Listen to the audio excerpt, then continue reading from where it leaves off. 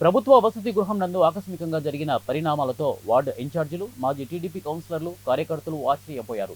వైఎస్ఆర్సీపీ కౌన్సిలర్లు, వైస్ చైర్మన్తో సహా 16 మంది స్థానిక ఎమ్మెల్యే కాలువ శ్రీనివాసులతో భేటీ కావడంతో ఇక కార్యకర్తల్లో నిరుత్సాహం నెలకొంది. వార్డు ఇన్ఛార్జీలు, కార్యకర్తలు మాట్లాడుతూ ఇన్ని సంవత్సరాలుగా తమ పార్టీకి కష్టాలు పెట్టి తీవ్ర ఇబ్బందులకు గురి చేసిన వైఎస్ఆర్సీపీ కౌన్సిలర్లు కలవడం విడ్డూరంగా ఉందని అన్నారు. తెలుగుదేశం ప్రభుత్వం వచ్చిందని తమ బ్రతుకులు బాగుపడతాయనే ఆశతో ఉన్న తమకు నిరుత్సాహం మిగిలిందని అన్నారు.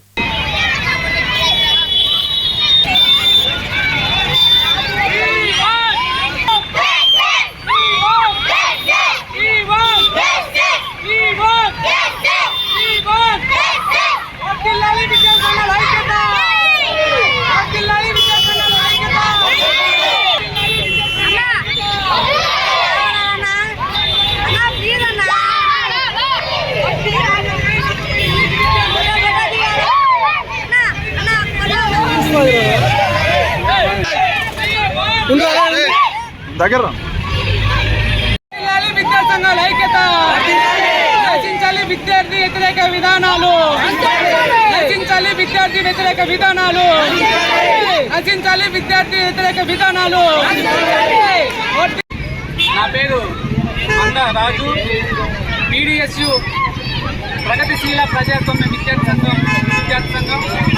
అలానే ఈరోజు దేశవ్యాప్తంగా విద్యాసంస్థల బంద్ నిర్వహిస్తూ ఉన్నాం.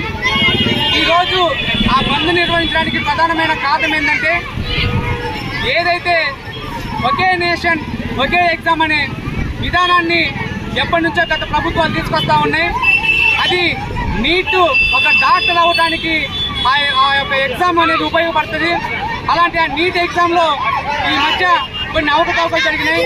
ఆ అవకతవకలు ఏం జరిగినాయి అంటే, దాంట్లో ఉన్న కొన్ని సీట్లు ప్రధానంగా ఏదైతే రాజకీయ నాయకులు ఎవరైతే ఉంటారో వాళ్ళు దాన్ని ఒక్కొక్క సీట్ వచ్చేసి 30-40 లక్షలుగా అమ్ముకొని విద్యార్థులకు, నిజమైన కష్టపడి చదివిన విద్యార్థులకి ఏమీ లేకుండా వాళ్ళని పూర్తిగా ఇచ్చేసే ప్రయత్నం అక్కడున్న గవర్నమెంట్ చేస్తూ ఉంది. ఏదైతే ఒక కాంట్రాక్ట్ ఒక సంస్థకి ఇచ్చే ఆ సీట్లు వాళ్ళేమో విచ్చలవిడిగా అమ్ముకోవటం వల్ల విద్యార్థులకు పూర్తి నష్టం జరుగుతూ ఉంది.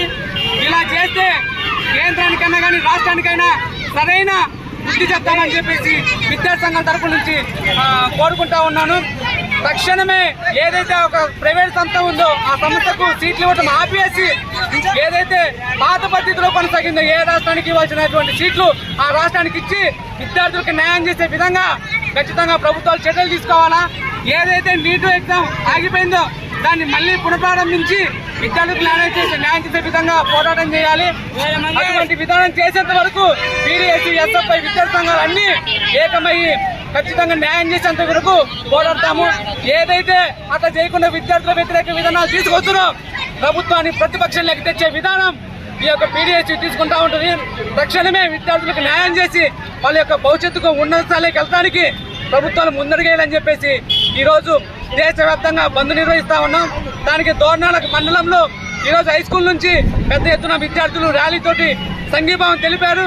దాన్ని ఉద్దేశించి ఈ యొక్క మానవహారం లాంటిది ఏర్పాటు చేశాము. ఖచ్చితంగా ప్రభుత్వం స్పందించి విద్యార్థులకు న్యాయం అని చెప్పి PDSU జిల్లా అధ్యక్షుడిగా డిమాండ్ చేస్తా ఉన్నాం.